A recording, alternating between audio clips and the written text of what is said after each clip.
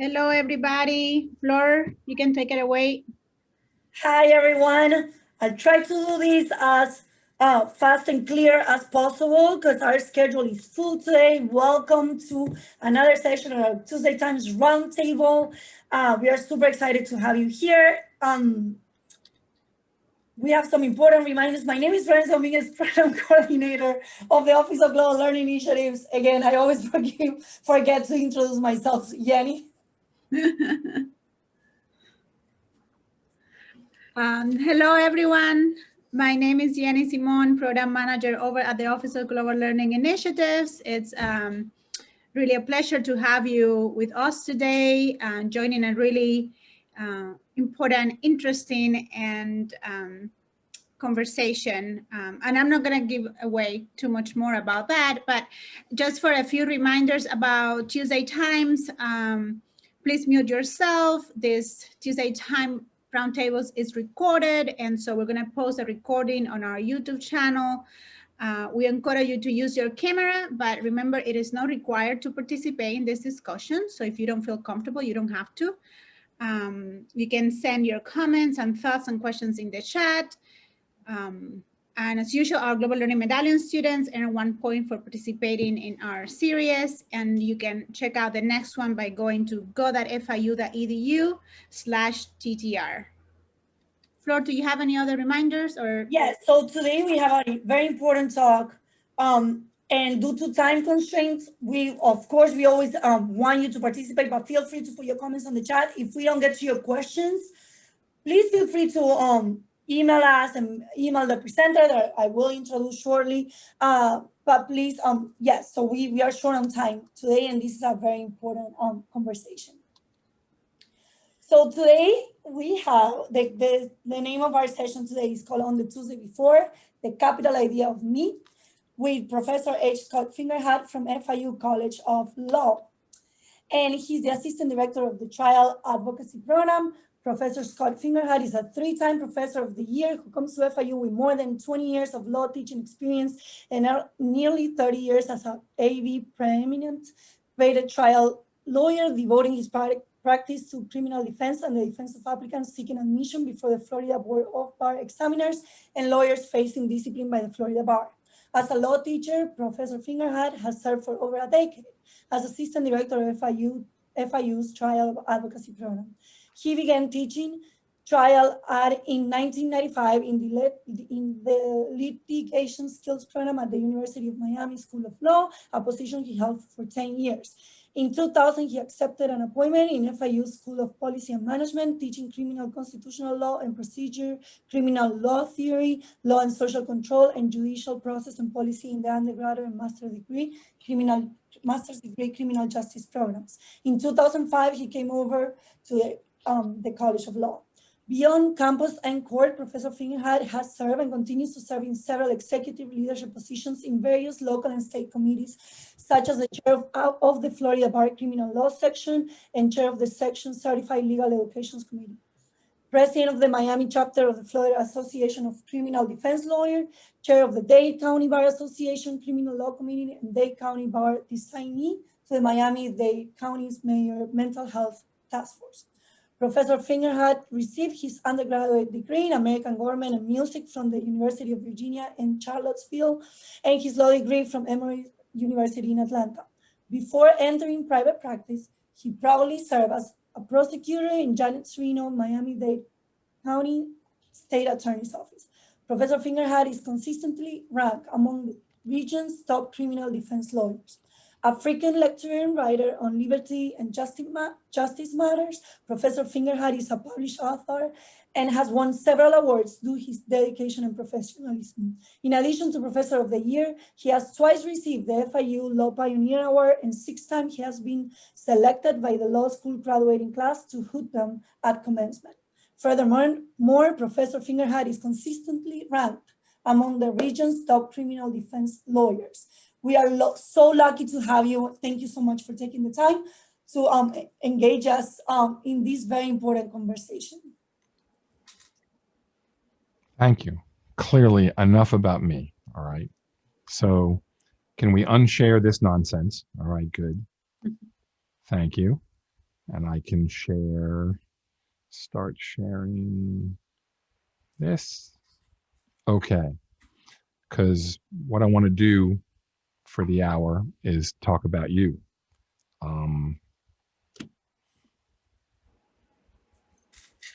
Essentially, we know that there is a flood of lying out there in the world, and it's not like there's never been no lying, but this flood of lying is pressuring us. It is testing our ability to process all of this misinformation.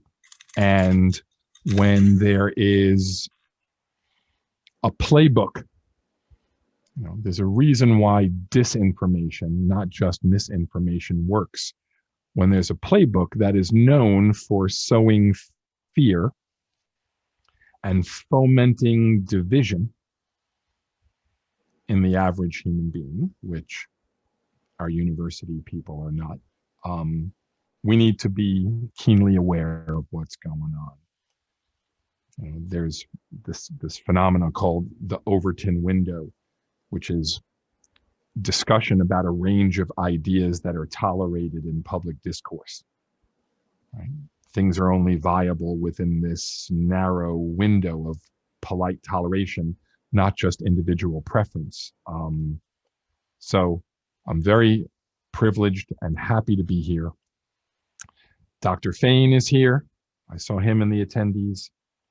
My main teaching university mentor and friend. I've got law students here. I saw the Henke and Ms. Kump. Temmie's here. Jay Weinberg is here. And from my honors class, Gabs and Hodge and Prachi and Miss Lynn and Canada and the Kolash and Miss Cohen are here. So thank you. 4 years ago today, I was here. I don't think you were here unless you've been left back for a while. It was a week before, the Tuesday before the 2016 election.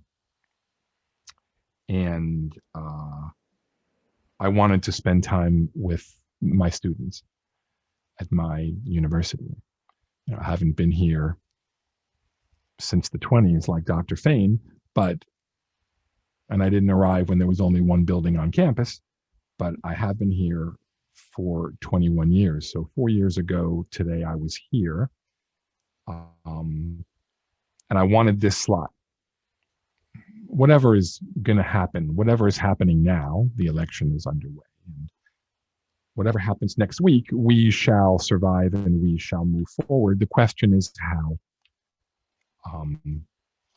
And it's something that I wanted us to consider. And I called the presentation the capital idea of me, and the me obviously is not me, the me is you. And we are, you are the people with a capital P, which takes on a far different meaning in my world. And I wanted to spend some time with you today and talk to you today about what we're doing and where we're going. All right. Let's see if my PowerPoint wants to cooperate. All right, so let's start with a little assessment, okay? Which of these things troubles you most? I ask you rhetorically, okay? Only 25% of Americans can name all three branches of government, right? And that's down from 38% 9 years ago, right? So that's potential troublesome issue number one. Number two, how about a guy like Robert Ussery? Right, who's Robert Ussery? Well, there's a pastor named Frank Pomeroy in Sutherland Springs, and he's just sitting in his car outside of his church mourning the horrendous shooting, murder, massacre that went on in the church. It killed 26 people, including his 14-year-old daughter. And Robert Ussery walks up to him and says, "Hey, your daughter never existed. Show me her birth certificate." Right? Do you have anything to prove that she was even ever actually here? Right? So there's that guy. That's number 2. Right? Number 3, they did an experiment on 3 different people's computers. They did 3 Google searches of Egypt. Right? On the conservative person's computer, what came up on the top of the search was Muslim Brotherhood. On the liberal person's computer came up Tahrir Square, right? The protests in Cairo. And on the moderate, identified as moderate person's computer, what came up was vacation spots on the Nile. What President Obama referred to, referring to this as the reinforcement over time of the bubbles in which we live, on top of what Leonard Pitts from the Miami Herald, speaking about a guy like Robert Ussery, said this is emblematic of America's vanishing ability and willingness to reason. So those are 3. I got 3 more for you. I think I have 3 more. The fact that we don't know who's telling us the truth, even when people are supposed to tell us the truth, when they expect to tell us the truth. People you trust to tell you the truth. Does that bother you? That's number 4. Number 5, the most trusted network in the world in terms of branding is the Weather Channel. And that was their advertisement a couple storms ago when one was supposedly coming to us here in university land. They called it COVID Cane 2020. Really? The most trusted brand for a decade, the Weather Channel. Or it's July 4th. Pretend you're Rafael Nadal, you're sitting at home, right? And you turn on your TV, for some reason you want to watch the hot dog eating contest with Joey Chestnut.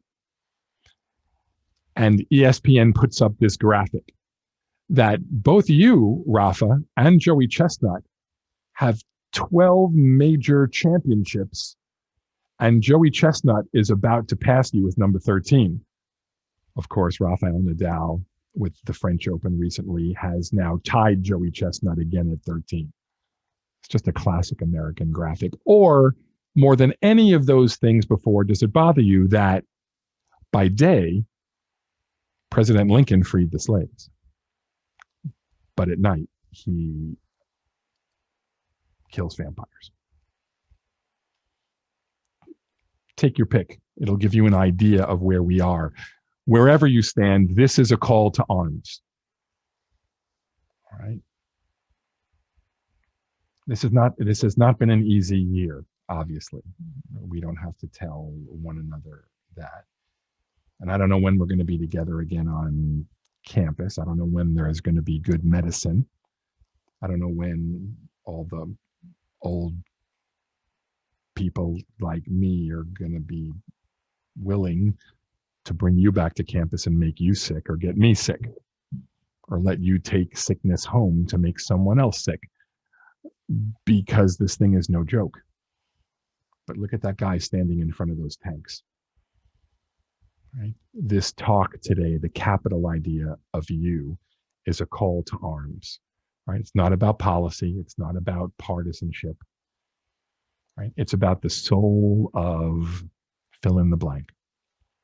Us, you, our university, the notion of university, and really this notion, the concept of truth and expertise. And at the end, I'm going to have 5 suggestions for you, my invitation to you to take on this challenge.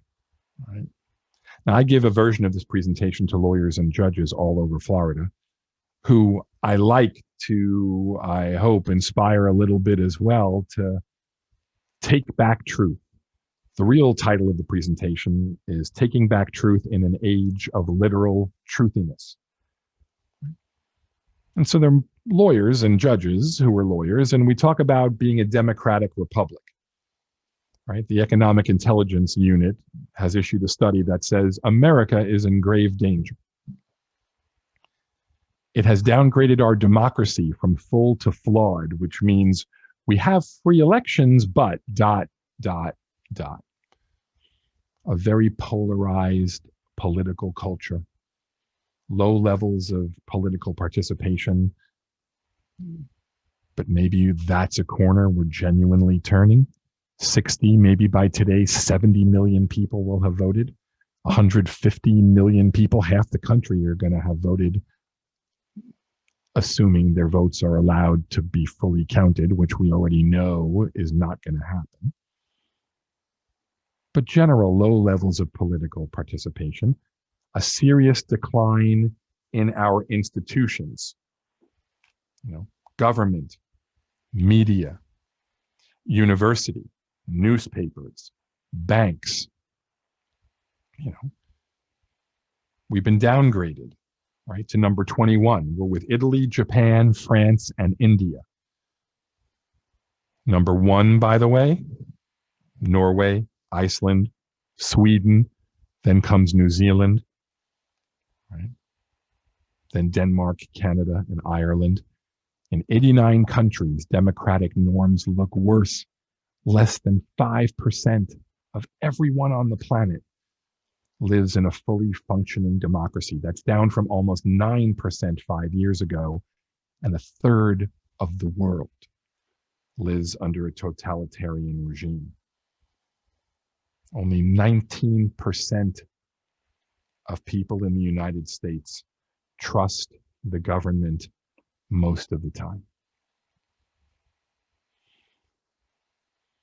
It's a fresh, chance to strut that David Leonhardt of the New York Times says that's what this moment is presenting to us. And we're a country that has always prided itself on the rule of law. It's an idea. You don't have to be pre-law or in law school to understand that it's consistent principles, not government whim, that govern society, and that the rules by which we traditionally live are not instruments of power so much as they're means for real justice, for real people. Now, it's fragile, right? It depends as much on our culture and our habit as much as what's written in our charter documents or in legislation. But this is zero sum, if you ask me. I'm not going to tell you how to feel, but you're at this university for a reason. And I think right? FIU is no joke. FIU is not some little commuter school buried somewhere on 107th and 8th. This university is a major player in what happens in our community, in our county, in our state, in our country, and in our world. That's our universe. And so we either believe or we do not that truth is verifiable, that expertise is real, and that we are, in the end, with a capital P, a self-governing people. It's a wonderful idea, as are you. And a self-regulating, let's call ourselves part of this profession, the educational profession, So one of the biggest challenges that we have to live in a fully functioning democracy is the degree to which we don't share a common baseline of facts anymore. We don't even have a common baseline reference of entertainment anymore. In the old days, there were 3 or 4 channels. Everybody watched Carson, and that's what you talked about the next day when you went to school or went to work. And if we don't share a common baseline of facts,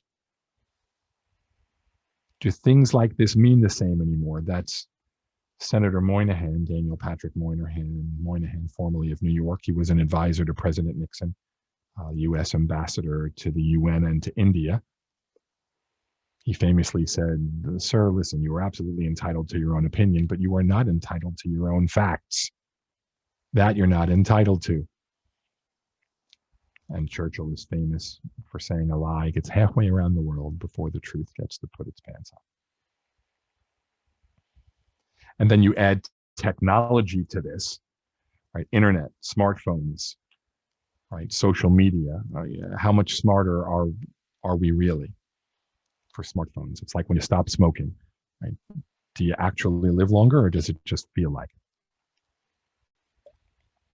it? Our biggest advantage as A species is our ability to communicate and therefore cooperate, provided we can overcome confirmation bias, which is our tendency to embrace that which supports what we believe in and reject that which contradicts it. Because clearly, polarizing, incivility have been around. These are long, slow trends, and they make the gaps between us, the divides between us, worse. And when we add a tangle with the notion of what is true and watch it being exploited, seemingly as never before, it has crept into our lives, onto our campus, into the visions that we have for ourselves and our posterity. It's an old problem, but it's a new, recent twist to an old problem, and the problem is ours, and it's ours to solve. The capital idea of you.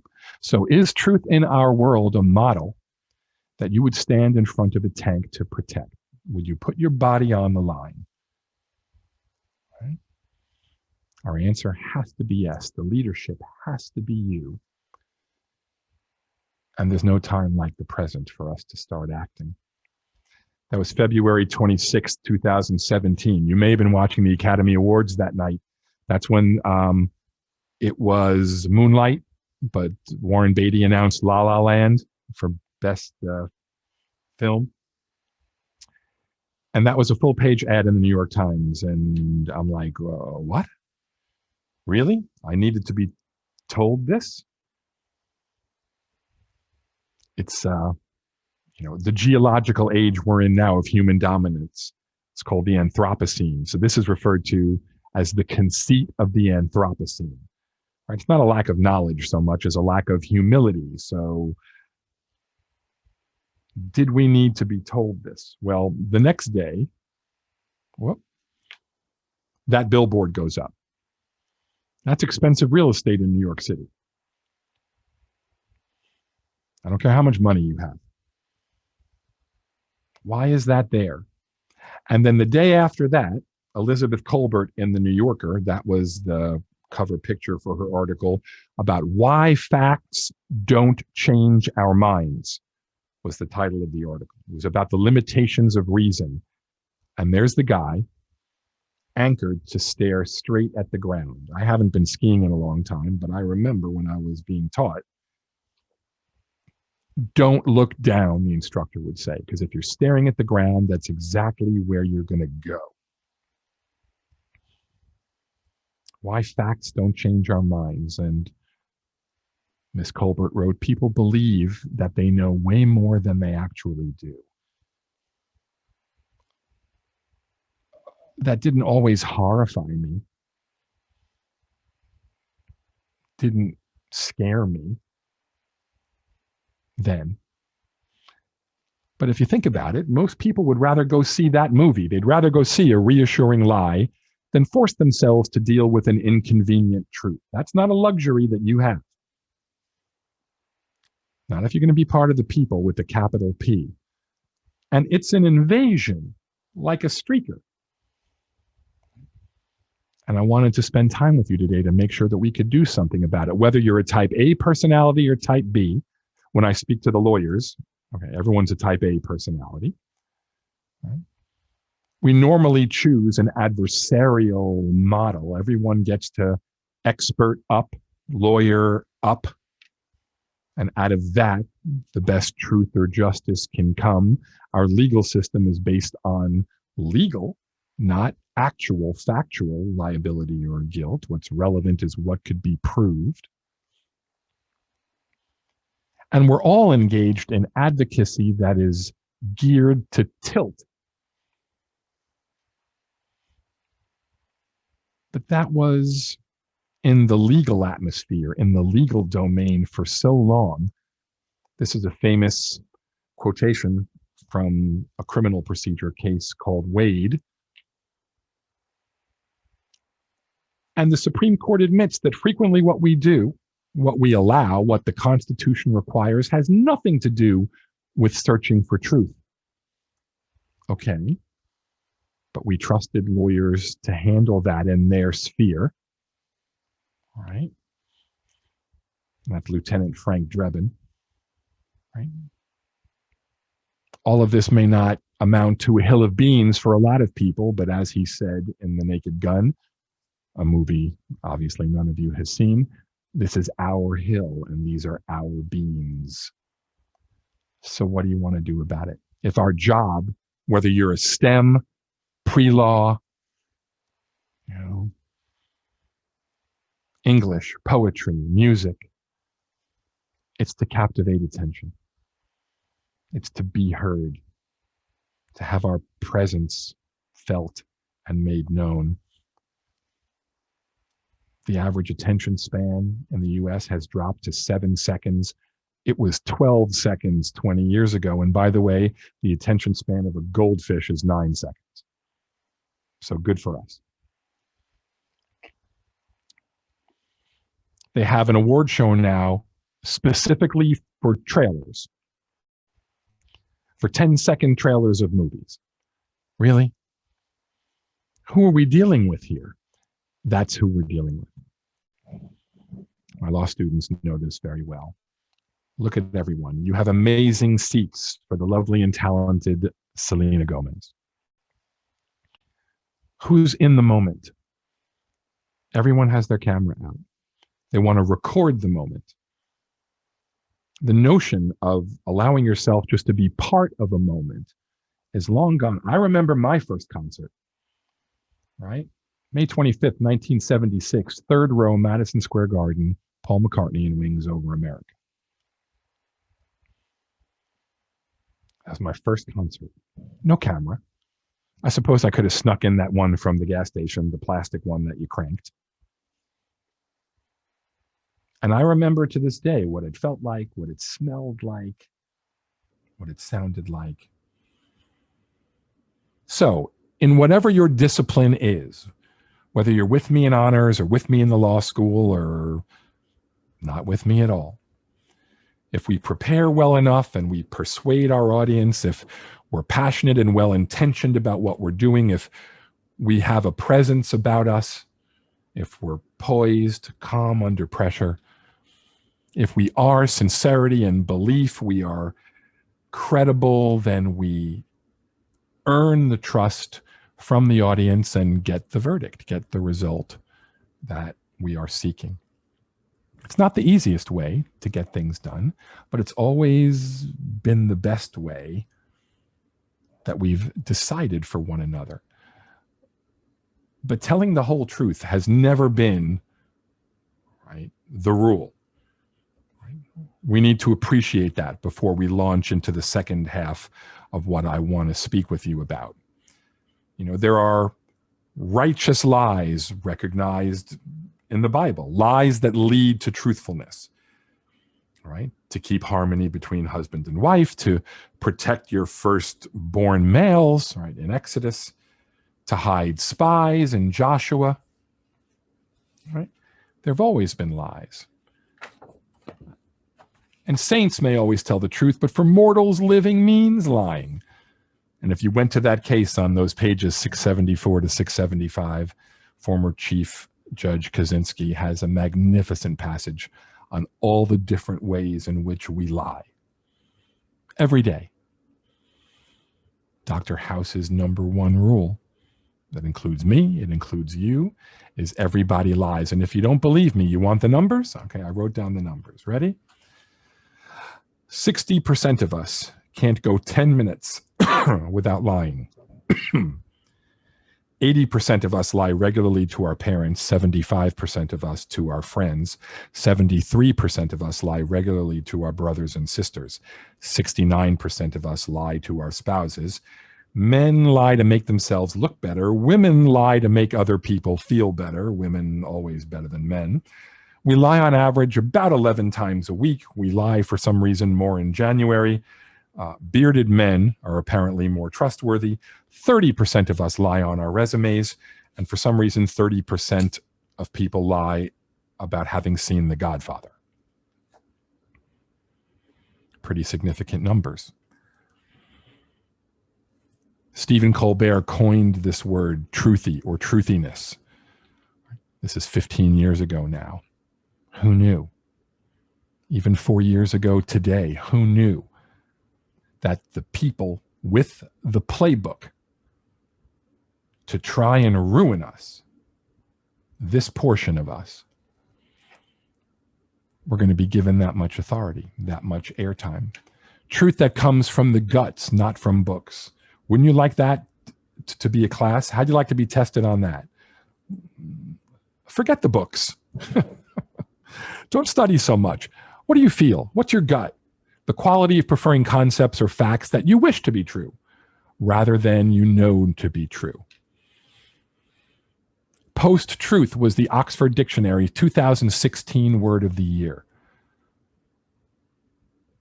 How can facts be less influential in shaping opinion than emotion and personal belief? Right? That's the coming of the horseman, right? The reign of fire and the end of days. And if you need more proof of that, one, the word of the year last year, the word of the year was climate emergency, which is 2 words.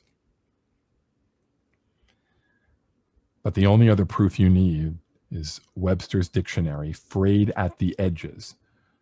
Right? Because the word literally is so misused, they gave up.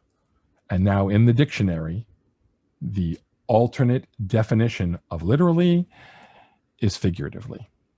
The word means itself and its opposite. That is the coming of the apocalypse.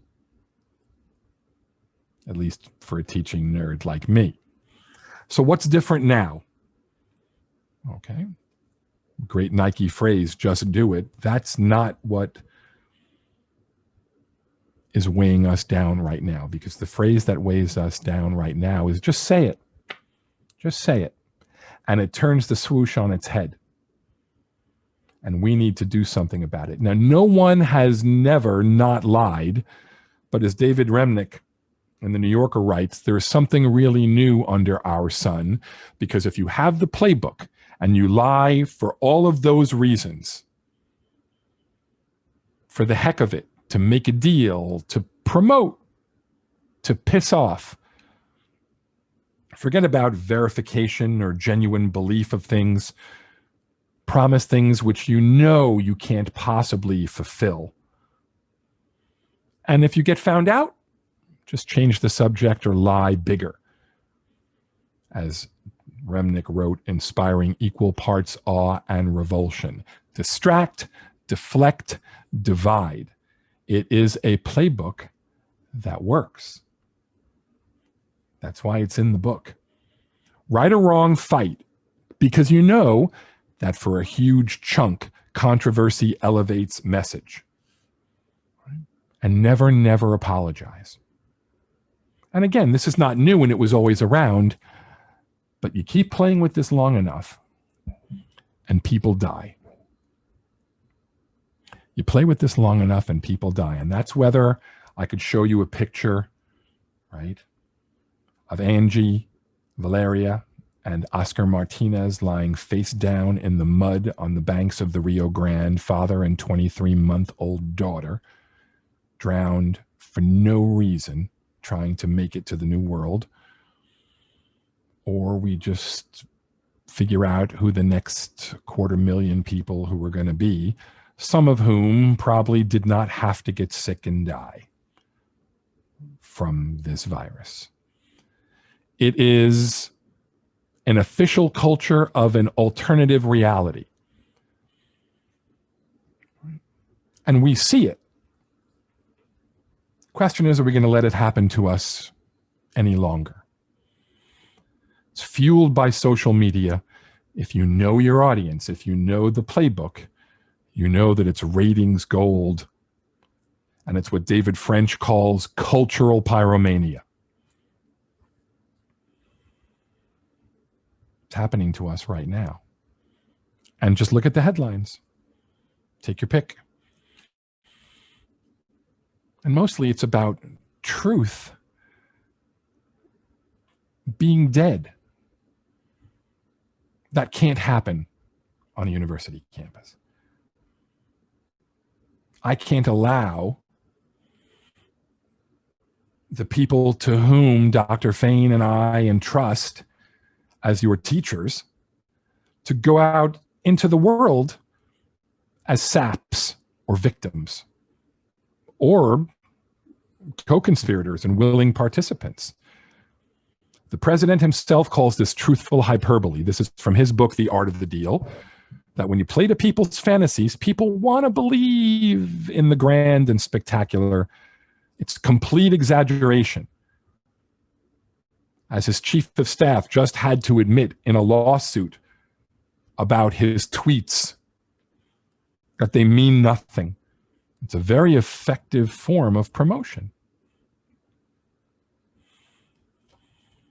When you lie as a habit, it's not merely a tactic. And if one lie doesn't work, just keep on lying. Rumor is what should be in the public debate. Doesn't matter how much evidence or fact there is proving the contrary. Promise that you will vindicate the lies and rumors that you foment. Discredit all of our essential institutions. And if you dissent, disrespect that, attack the facts and the people who convey them, and reject science for ideology and preconception. Because you know in the playbook that blame and fear work. You know it. Because they do. As Matt Taibbi writes, tearing apart tradition like a troop of apes let loose in the Louvre. Taibbi writes that facts are as close as we come to a national religion. And if you render facts useless, it leads to whispers of authoritarianism. It's what David Remnick calls the golden age of lying. Right? Philip Rotner backs this up and comments, Scotty Nell Hughes, who was a CNN commentator, was on the Diane Rehm show on NPR and said, facts are like ratings, or it's like a glass of half full of water. Everybody has a way of interpreting them to be true or not true. There's really no such thing, unfortunately, as facts anymore. That was a CNN commentator. That is not true. And no one is entitled to an opinion that that is true.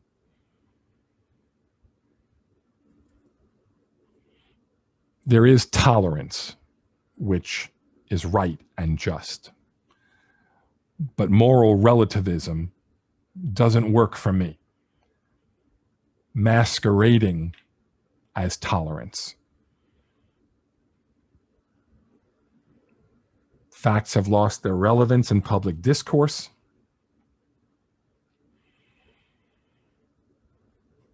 People are engaging in their own realities and calling them fact. The Pew Research Center did this study. Only 39% of Americans are very confident they can differentiate between fake news and real news. 64% of Americans express a great deal of confusion between fake news and real news. Scary, right? So there has to be something to this. Can we acknowledge that we're being lied to, but not allow ourselves to feel so deceived? What Selena Zito had right in The Atlantic in September of 2016, 2 months before the last election. Can you take someone seriously, but not literally? Because it's a mistake if you take someone only literally when they don't mean a word that they say, but not seriously, when amazing things happen when a lie hits our brain. The neurology and the physiology and the chemical nature and the psychology of it. What do we do when someone says something that we know is not true, or when a photograph or video has been doctored and shows something that even we know we never did, or an audio has been manipulated so our voice is saying something that we never said? That's not just on the horizon, that's here. And this new technology, this digital catnip, Leonard Pitts writes about this for the Miami Herald and says that this new technology is letting us make the truth whatever we want it to be. So we need to be especially vigilant and navigate our ethics and authenticate and confirm as never before what Mark Sell and Connie Crowther call cultivating our inner ethical warrior. It's journalism principles for all of us, no matter our field. What are our choices? We can believe a lie. We can tolerate a lie. We can become desensitized to a lie, if you think about it. And then there's the could have been true.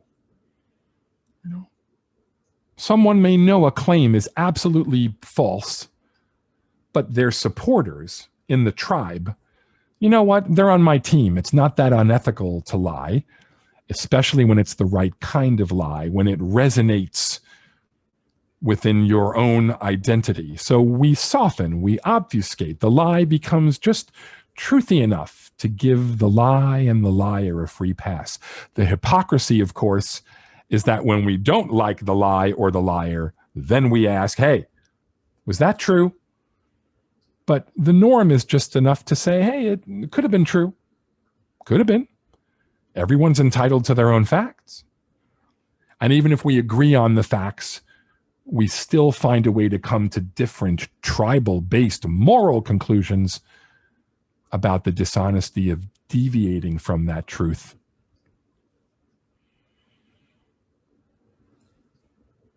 We could spend, and I'm no expert, I just read a lot on this.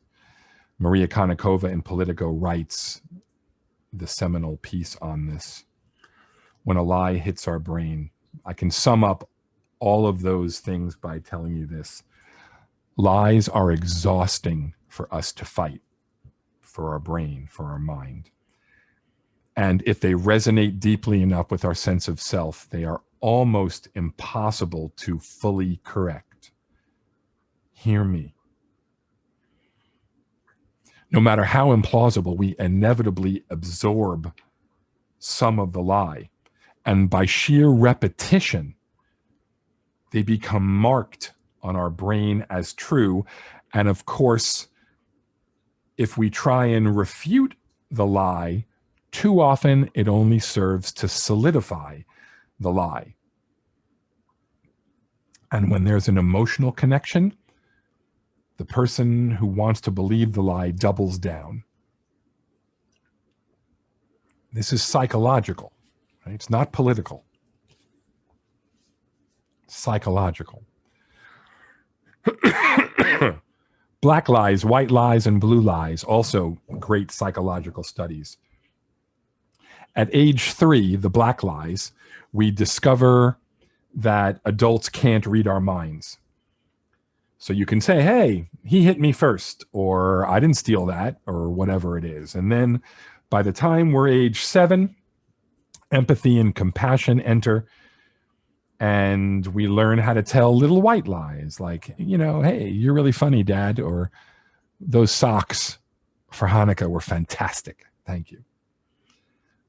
But then we graduate and grow up. And the blue lies are deceptions that build solidarity in groups. It's like lying about your team. We are intensely social creatures, prone to divide into competitive groups, largely to allocate resources, very pro-social within our groups and anti-social outside of our groups. And so in our brain, these lies and the liars colonize like a tick. And many people just stop reacting to the lie and the liar. It's exhausting. The lying becomes normalized. We may even become more likely to lie ourselves. Everyone becomes on the defensive. It's zero sum. You're either with me or against me. So it's no surprise that truth can be so fragile. Truth becomes perceived not necessarily as truth, but as an irrelevancy. It's what we can get away with. You're not going to let that happen anymore. Strong feelings about issues can't cease to emerge from deep understanding, but they are. The illusion of explanatory depth. This is from Professors Rosenblit and Kyle at Yale. Too many people believe they know way more than they think they know. And they're not just uninformed. They're aggressively unwilling to learn, actively resistant to the truth, insistent that all opinions be treated as equally serious. If you're an expert, they reject that. And what allows people to persist in this nonsense is other people. Professor NICHOLS of the U.S. Naval War College calls this the death of expertise. The notion that people can reject knowledge and the ways in which we learn, including science, including rationality. Globalized communication makes everyone think they're a genius. And loyalty is favored more over intellectualism. It's what Dunning-Kruger call aggressive dumbness. Not something Dr. Rosenberg has us specialize in at FIU. The tyranny of convenience. Tim Wu wrote about this in the New York Times. When we struggle to finish a task, overcoming a worthy challenge helps make us who we are. It's part of the human experience, right? Ellen Barry of the Times wrote a piece about how in Great Britain, for the kids, parents and teachers are bringing back risk in the playgrounds, where you could fall from a height or cut yourself on a piece of metal. To explore controlled risk. Otherwise, massive convenience, life becomes all destination, no journey. You care mainly about outcome, and you do less and less. You multitask, you arrange about things that will be done. It's what Dana Carvey, he relates a conversation he had with Lorne Michaels once, and he said, listen, when I was a kid, our parents paid no attention to us. In the morning, you went outside, you played. At the end of the day, you came back. We grew up in the wilderness, and then we grew up and went out into civilization. But today, a helicopter parent will make sure that you are completely protected and barely criticized and raised in civilization. And the world is a wilderness out there, and you're really not prepared for it when you go out into it. That's a great word if you don't know it yet, simulacrum. It's being awash in the superficial surface of things, an imitation, a representation of the real thing, not the thing itself, right? And then whataboutism. I'm not going to really take into consideration what you're telling me. I'm going to respond to your argument by changing the subject. I'm going to focus on someone else's problem. I'm going to blame them and their misconduct. And this implies that all criticism of everyone and everything is invalid because no one is completely blameless, which is true, but is not true about truth. So with almost 3 billion people on Facebook and all those people on Twitter and Instagram and virtual influencers and teachers and models and even news anchors, they're created, they're virtual. The public is the source of news. It creates huge source credibility problems.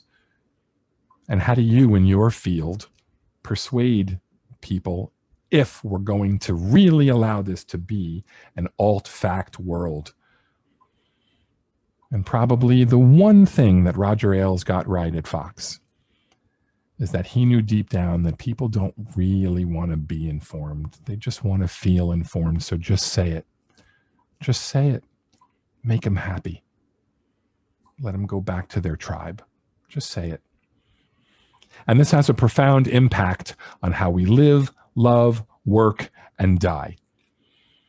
That's Max Weber of politics. He would say it's the slow boring of hard boards. It can be mind-numbing. This can't be mind-numbing for us. Good thing is, the inventor David Levy tells us whenever there is discomfort or unpleasantness, there is opportunity. Pat Riley would suggest, as is on the bottom of all my emails to all of my honor students, in every adversity is a seed of equivalent benefit. So in our last 10 minutes, here are my 5 suggestions for you. Number 1, stop apologizing. Okay? There's no such thing as too smart. Right? Ignorance is not a virtue. You are not ordinary folk. So don't pretend you are an expert in your field in pursuit of something excellent. It is a positive notion of elitism, right, to which anyone can aspire. Right? Robert Penn Warren, All the King's Men, the end of woman and man is to know. And it is not acceptable to reject truth just to make someone feel better. It's okay to tell someone respectfully that they're wrong. You know, as W.E.B. Du Bois wrote, the American dream may in fact be financial, not moral. But the American dream has never been about denigrating education. Never. Stop apologizing. Number 2, don't wait. We are the ones we've been waiting for, right? This is not waiting for Godot. All right, Vladimir and Estragon are not hanging out there waiting by the barren tree. Right? You're not living in some Beckett play. Right?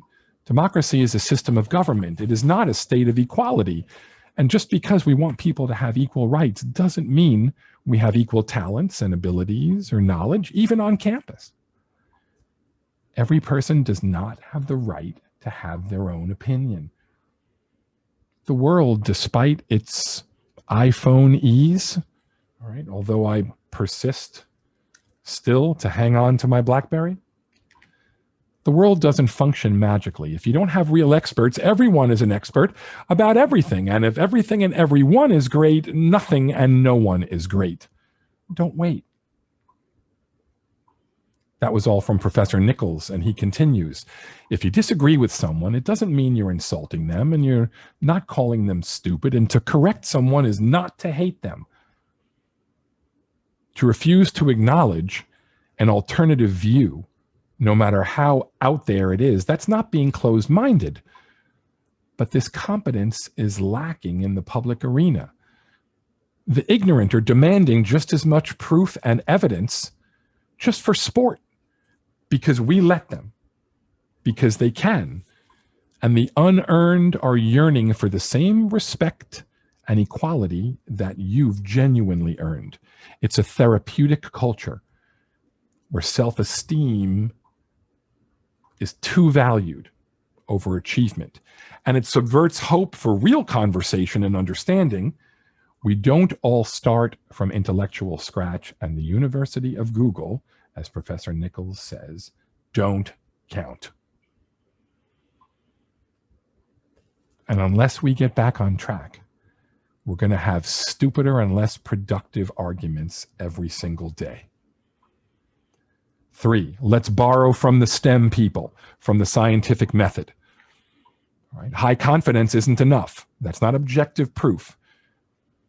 And while subjectivity need not be the best measure of reality, even if we can't figure out all the time what's true, at least we should be able to find some agreement on what's false. And that's not nothing. And that's not nothing. Let's borrow from the scientific method. After all, how are we going to resolve our disputes, public and private, at work and at home? Who's legitimate? What's legitimate? If we depersonalize, depolarize, if we avoid being petty, understand that people can change all the time, that frequently there are multiple solutions to problems, that empathy is our greatest asset.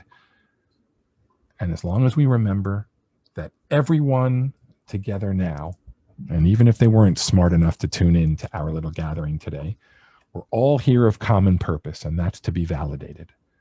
All of us. Do you see me? Do you hear me? Does what I say to you matter? Why else are we here? 4, demand fact and defend truth. It's a moral mandate. Journalism principles. We have to say so publicly when analysis is weak and logic is faulty. We have to keep meeting and reading and writing and talking and call out nonsense in the headlines. We don't bury it in the text. And genuinely never sacrifice what is true to what is popular. And any of us who refuses to do this, to defend truth, we're a part of the problem. We are a threat to fact and truth. And lastly, we need to stay strong and support one another. You know, being around good people in a room is healing. It's a luxury we can't afford to be overwhelmed. The reason why your vote is so important for the next week is because you are important. With a capital P, trust the power of open debate. Gather together, share information and ideas. Let's bunker down with all of the best people we can find. Will increase our collective knowledge and effectiveness. And by saving ourselves by and from ourselves, refusing to accept the contrary, that's how you regain our sense of self, the public trust. And you will recapture the soul, not just of yourselves and campus and your family and friends and coworkers, but of the nation.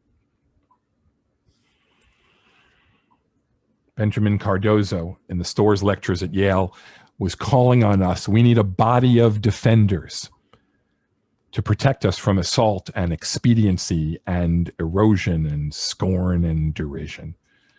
Sure, we enshrine these values in constitutions.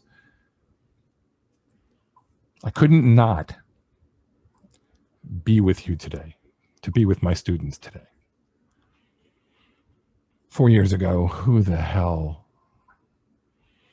And I'm not talking about, you can be Republican and conservative and you can be whatever you want to be. You just can't be that. You can't have that playbook and you can't sell that to America. In our DNA, this was part of a series in the LA Times. Truth is just as vital as justice and liberty, and truth exists.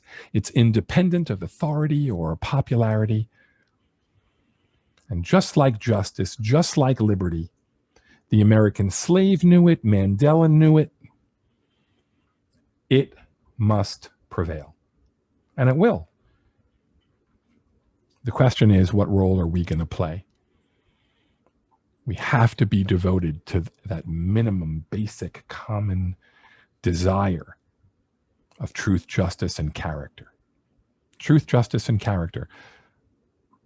Socrates, justice to Socrates, we discover together. This is in our syllabus for my honors students. We figure out what's fair and right together when we walk together, listen, love one another, when we're curious about it. To Dr. Cornel West, justice is what love looks like in public.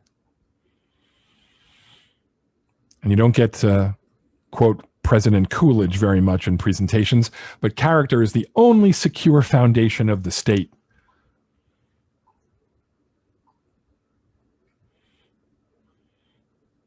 Tools for change and a constant source of inspiration to remake the world, which is why that's the article I gave you to read by Tom Friedman. Because you are great leadership. This is a global leadership stress test, Friedman wrote. We are all getting graded, and social media is combusting all of this. We need to be careful. So leadership matters at all levels, at work and at home. And sure, there are going to be moral issues and trade-offs, but even small errors in navigation are going to have exponential consequences. So the leader, you have to grow out of your weaknesses and rise to challenges. Like pandemics and truth, there's no hiding from this. If you trust people with truth, that enables collaboration. It lets people tackle the unexpected.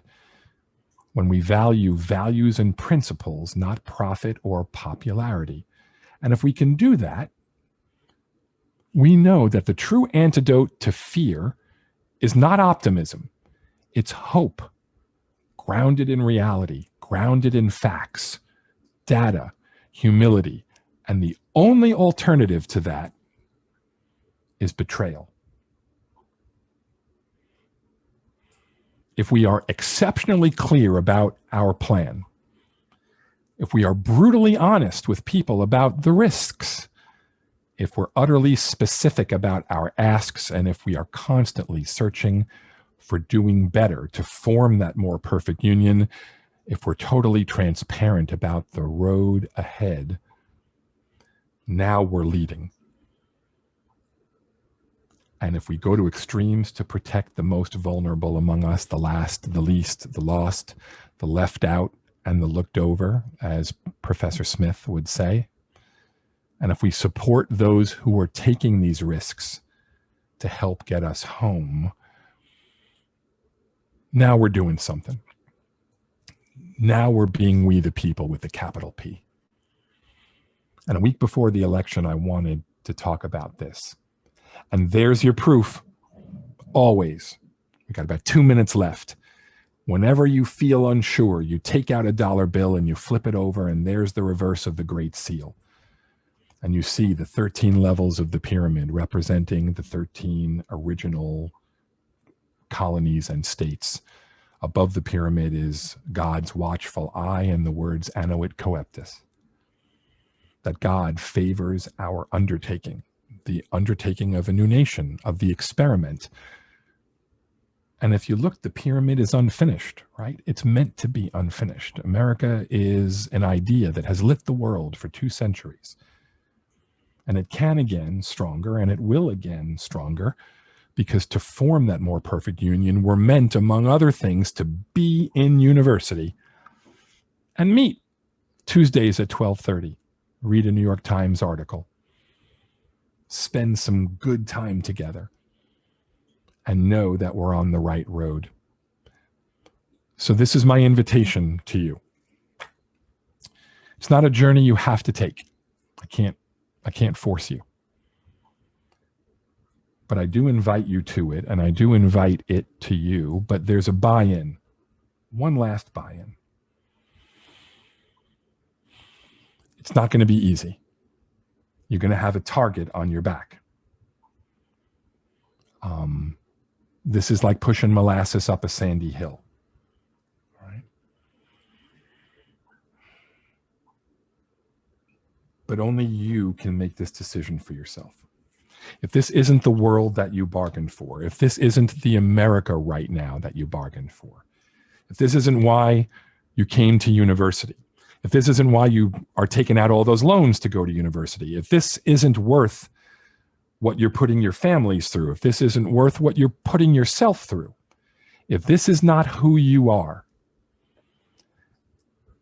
then I beseech you to accept my invitation. But the buy-in is know that you are not the target. You are not the target. You are the arrow. You are the arrow. No amount of security, right? This is Maya Mendoza, is worth living on our knees, suffering that mediocre life and killing our dreams. You know, we weren't meant to be perfect. I've got about a minute left. We weren't meant to be perfect as human beings. We were meant to be whole, right? And if that's too spiritual or mushy for you, I understand. So just know, listen, we may not make a lot of new friends on this road, but at least we're not going to make a lot of new enemies. And what are we doing here anyway? John Masefield said, what is more beautiful than FIU? A place where if you hate ignorance, you can strive to make people know. And if you perceive truth, you can strive to make others see. Look at us. Why else are we here? On the Tuesday before, I'll end with that. Chief Justice Earl Warren, magnificent man. Everything I did in my life that was worthwhile, I caught hell for. Well, I ain't dead yet. Stefania, you ain't dead yet. Dr. Fain, Let's go win this thing. Okay, let's catch some hell. So I'll stick around if anyone has any questions. I apologize for going 5 minutes over, but thanks for being with me today. 4 years from now, I hope not to have to be here on this Tuesday. Thank you so much. Thank you. That was an amazing presentation. I don't think I have enough words, but I can say thank you for inviting all of our students to reflect in the role that they can play. And it's, the students do all the heavy lifting. You know, writers write so readers can read.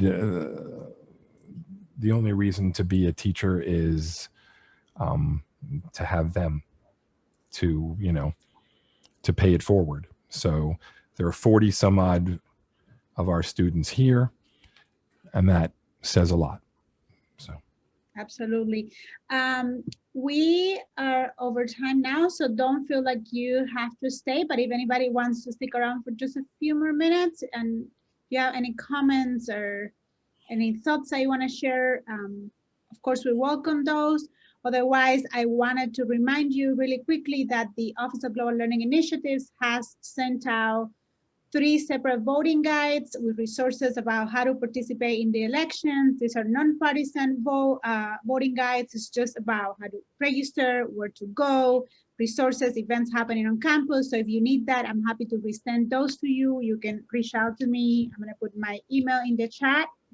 And if anybody has a comment they want to share, this is the time. Otherwise, we're going to say thank you. Thank you, thank you, thank you for an amazing, amazing presentation. Anybody wants to share something? I know it could be intimidating, hard to follow, but it looks like Ms. Suarez Moreno has raised her hand. Would you please go ahead, Elena? Do you have a comment or a question to share? Maybe not.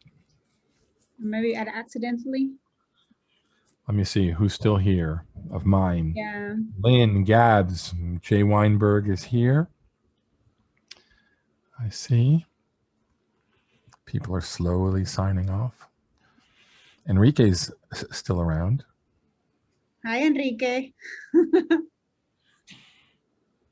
Well, I think there's a comment or question. I don't know if you see it. No.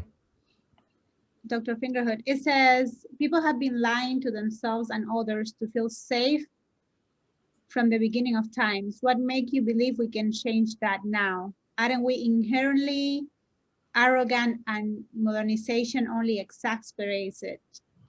Okay. That's not negative arrogance. That is positive elitism. Otherwise, you wouldn't be at university, whoever is asking that.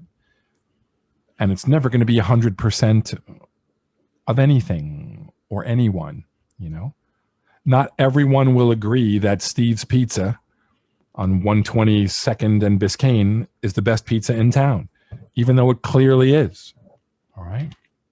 But, all right, what's happening in America now needs to be tamped down a bit, if you ask me.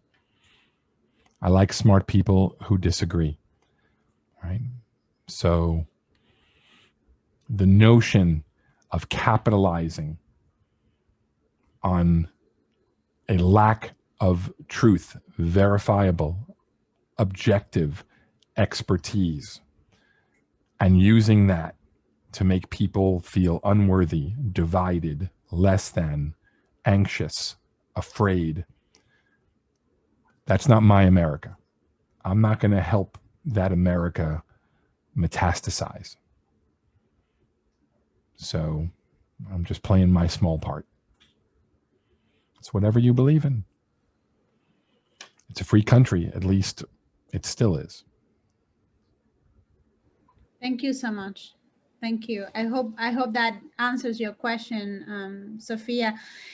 For those of you asking, and I just as a feedback for you, Dr. Fingerhut, a lot of people are saying, I will have to go back and look at this presentation again and think through some of the portions of it. So I'm just letting everybody know that this will be posted on our YouTube channel. I'm going to share the link so you can go back to it. I think I personally will have to do that. Yeah, and if anybody wants any of the references, or it wasn't a Friedman book, although, you know, The World is Flat and all those other amazing books, it was the article that should have been attached through a link to read for this presentation.